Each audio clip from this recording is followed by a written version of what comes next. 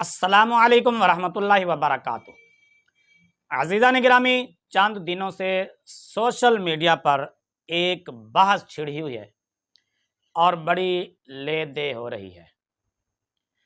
علامہ سعد حسین رضوی سے سوال ہوا انٹرویو کے دوران کہ یزید پر لعنت بھیجنے کے بارے میں اہل سنت کا کیا موقف ہے، کہ کیا اہل سنت یزید پر لعنت بھیجتے ہیں یا نہیں بھیجتے؟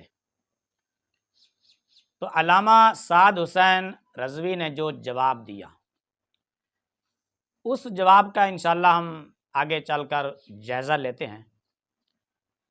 کچھ لوگ اس کلپ کو اے آئی سے جنریٹ کہہ رہے ہیں، فیک کہہ رہے ہیں، وہ کہتے ہیں یہ اصلی ویڈیو ہے ہی نہیں، یہ کلپ ہی جعلی ہے۔ علامہ سعد حسین رضوی کا یہ موقف ہی نہیں ہے کہ یزید پر لعنت بھیجنا جائز نہیں۔ اگر بالفرض والمحال ہم تسلیم کر لیتے ہیں تھوڑی دیر کے لیے کہ یہ کلپ اصلی ہے، اے آئی سے جنریٹ نہیں ہے، یہ فیک نہیں ہے، جعلی نہیں ہے، تو کیا علامہ سعد حسین رضوی نے جو جملہ بولا، تو کیا ان کے اس جملے سے یزید پر لعنت بھیجنے کا جواز نکلتا ہے یا عدم جواز نکلتا ہے؟ اور علامہ سعد حسین رضوی کے اس جملے سے کیا ثابت ہوتا ہے کہ وہ یزید پر لعنت بھیجنے کے قائل ہیں یا نہیں ہیں، اور وہ یزید پر لعنت بھیجتے ہیں یا نہیں بھیجتے؟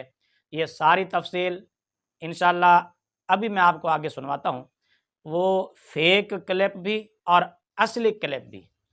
اس سے پہلے یہ ایک دو کلپ سنیں تاکہ اگلی بات سمجھنے میں آسانی رہے، اور ہم اس چیز کا بھی جائزہ لیں گے کہ علامہ سعد حسین رضوی میں اس انٹرویو کے دوران کہاں مسٹیک ہوئی، کیسے ہوئی، اور ان کو کیا کہنا چاہیے تھا اور وہ کیا کہہ گئے، اور جو کچھ انہوں نے کہا کیا وہ اس کو ثابت کر سکتے ہیں یا نہیں کر سکتے۔ یہ ساری تفصیل انشاءاللہ آگے آ رہی ہے، پہلے چند ایک جھلکیاں سنیں۔ بدبخت یزید کا نام لے کر لعنت بھیجنا جائز ہے۔ امام القیہ الحراسی، ان سے پوچھا گیا یزید کے بارے میں، کیا یزید صحابی تھا، کیا اس پر لعنت بھیجنا جائز ہے؟ امام ابو الحسن علی بن محمد الطبری القیہ الحراسی بغدادی نے کہا وہ صحابی نہیں تھا۔ فرمایا کہ سلف صالحین میں دو قول ملتے ہیں اس پہ لعنت کے بارے میں۔ امام احمد بن حنبل کے دو قول ہیں، ایک قول کے مطابق عمومی طریقے سے اس پر لعنت بھیجنا جائز ہے، اور امام احمد بن حنبل ہی کا دوسرا قول ثابت ہے کہ بالتصریح یزید کا نام لے کر لعنت بھیجنا جائز ہے۔ امام مالک کا بھی قول ہے یزید پر لعنت کا، ایک فرمایا تلویح و تصریح،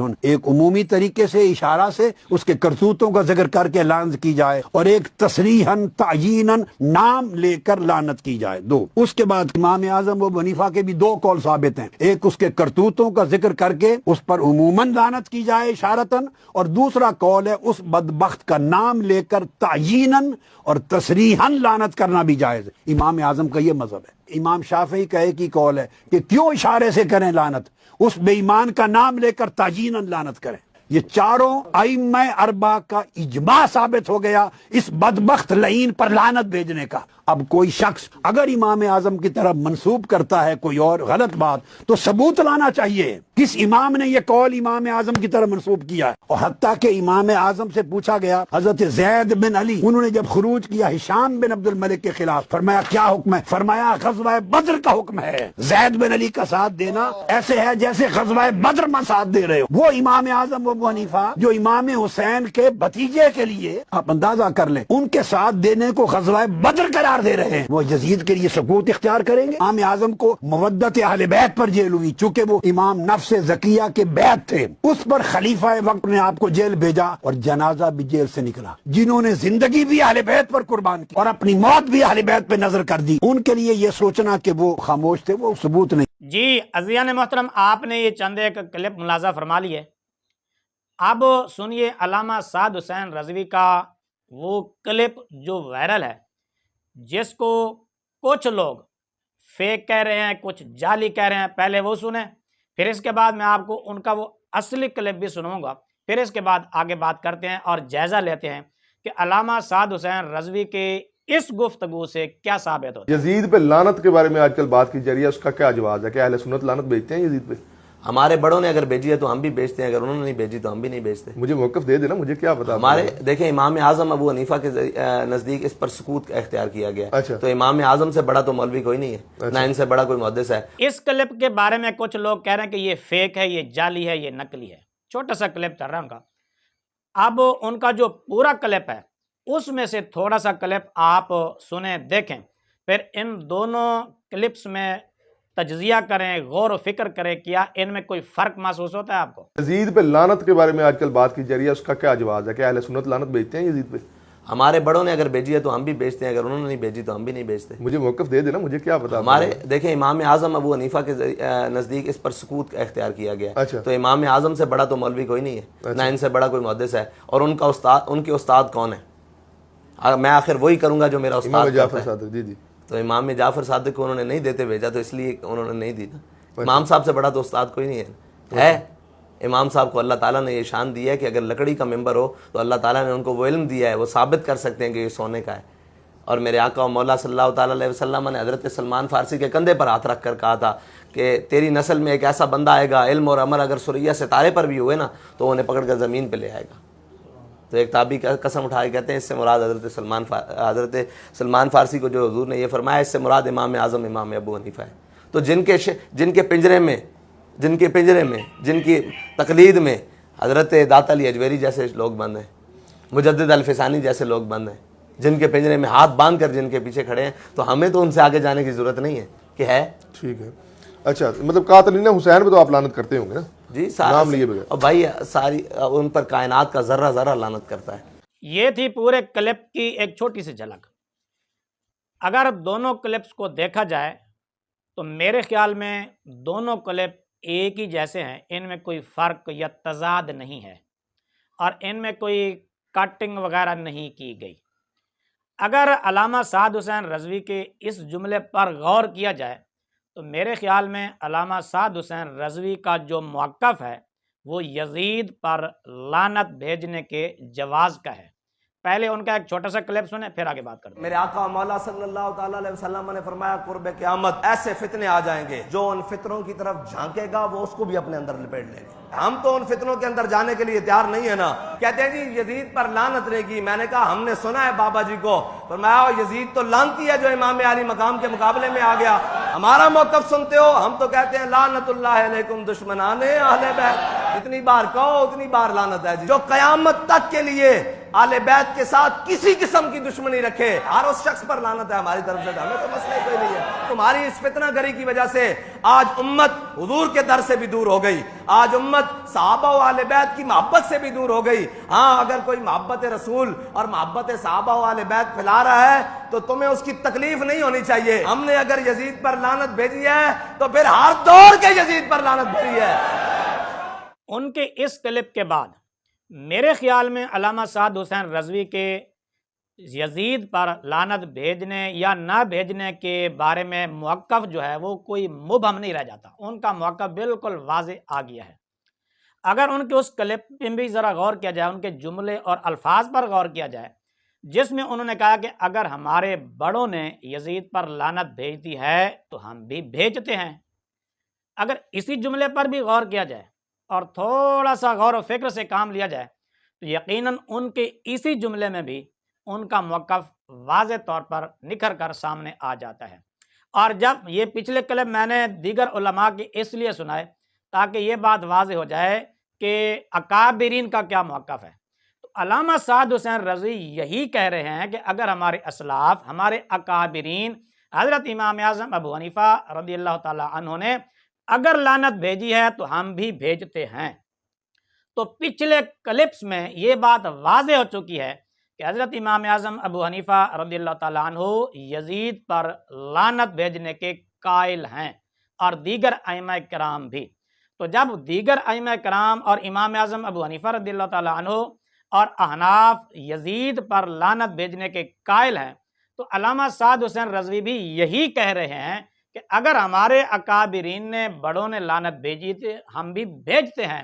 جب بڑوں نے لعنت بھیجی ہے تو علامہ سعد حسین رضوی کا موقف بالکل واضح ہو گیا کہ یہ بھی لعنت بھیجنے کے قائل ہیں۔ اگر انہوں نے نہیں بھیجی تو جب انہوں نے نہیں بھیجی تو ہم بھی نہیں بھیجتے، اور ان کا بھیجنا ثابت ہو گیا تو علامہ سعد حسین رضوی کا لعنت بھیجنا بھی پھر ثابت ہونا ماننا پڑے گا۔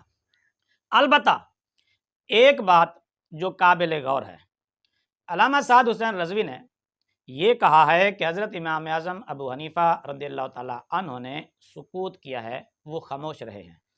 تو اب یہ سکوت امام اعظم ابو حنیفہ رضی اللہ تعالیٰ عنہ کا یہ سکوت ثابت کرنا علامہ سعد حسین رضوی کی ذمہ داری ہے کہ حضرت امام اعظم ابو حنیفہ رضی اللہ تعالیٰ عنہ نے سکوت کہاں کیا، اس کی دلیل، اس کا کوئی پروف اور اس کا کوئی حوالہ، یہ البتہ ان کے ذمہ باقی ہے۔ البتہ یہ بات قابل غور ہے جو علامہ سعد حسین رضوی نے امام اعظم ابو حنیفہ رضی اللہ تعالیٰ عنہ کے بارے میں سکوت کا قول کیا ہے، اب ان کو چاہیے کہ وہ امام صاحب سے سکوت ثابت کریں، یہ ان کی ذمہ داری ہے۔ بس اگر وہ سکوت ثابت کر دیتے ہیں تو علامہ سعد حسین رضوی اس سے بری ذمہ ہے کہ وہ یزید پر لعنت کے قائل نہیں ہیں۔ سکوت کسے کہتے ہیں؟ یہ التعریفات ہے علامہ جرجانی کی، اس میں ہم پہلے سکوت کی تعریف دیکھتے ہیں کہ سکوت ہے کیا۔ اس سکوت کی تعریف کے بعد اب یہ ثابت کرنا ہوگا کہ حضرت امام اعظم ابو حنیفہ رضی اللہ تعالیٰ عنہ نے یزید پر لعنت کرنے کے بارے میں سکوت کیا ہے یا نہیں کیا، پہلے سکوت کی تعریف مد نظر رہے۔ علامہ جرجانی فرماتے ہیں السکوت هو ترک التکلم مع القدرت علیہ، تکلم کی قدرت کے باوجود، بولنے کی طاقت کے باوجود، بولنے کے اختیار کے باوجود نہ بولنا، چپ رہنا، خاموشی اختیار کرنا، اس کو سکوت کہتے ہیں۔ یہی تعریف دستور العلماء میں علامہ قاضی عبد النبی بن عبد الرسول نے کی ہے، اور یہی تعریف الکلیات میں ایوب بن موسیٰ حسینی حنفی نے کی ہے کہ بولنے کی قدرت بھی ہو پھر بھی بندہ نہ بولے، چپ رہے، اس کو کہتے ہیں سکوت۔ یا یوں سمجھیں آسان لفظوں میں کہ کسی سے کوئی مسئلہ پوچھا گیا، کوئی بات اس کے سامنے لائی گئی مگر وہ خاموش رہا، اس نے کوئی جواب نہیں دیا، جواب دے بھی سکتا تھا لیکن جواب نہیں دیا، بول بھی سکتا تھا نہیں بولا، خاموشی اختیار کی۔ اس کے سامنے کوئی موقف رکھا گیا، کوئی مسئلہ رکھا گیا مگر اس نے جواب دینے کی بجائے، بولنے کی بجائے وہ خاموش رہا، اس کو کہتے ہیں سکوت۔ اب یہ ثابت کرنا باقی ہے کہ کیا حضرت امام اعظم ابو حنیفہ رضی اللہ تعالیٰ عنہ کے سامنے یہ مسئلہ رکھا گیا تھا یزید پر لعنت بھیجنے کا یا نہ بھیجنے کا؟ اگر یہ مسئلہ رکھا گیا تھا، اس مسئلے کو سننے کے باوجود اگر حضرت امام صاحب نے خاموشی اختیار فرمائی، کوئی جواب نہیں دیا، تو اس کو ہم کہیں گے سکوت۔ اب یہ پروف البتہ علامہ سعد حسین رضوی کے ذمہ ہے کہ وہ امام صاحب سے سکوت کا قول وہ دکھائیں، اس سکوت کی تعریف کو مد نظر رکھتے ہوئے۔ علامہ قاضی عبد النبی بن عبد الرسول احمد نگری دستور العلماء میں لکھتے ہیں کہ السکوت لفظی و نفسی، سکوت کی دو قسمیں ہیں، لفظی اور نفسی۔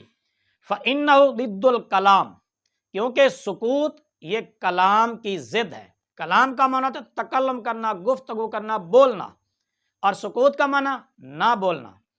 فکما انہ لفظی و معنوی، تو جس طرح کلام کی دو قسمیں ہیں، لفظی اور معنوی، کذالک ضدہ، اسی طرح اس کی ضد بھی، یعنی جو اس کی ضد اور کلام کی جو ضد سکوت ہے، اس کی بھی دو قسمیں ہو گئیں۔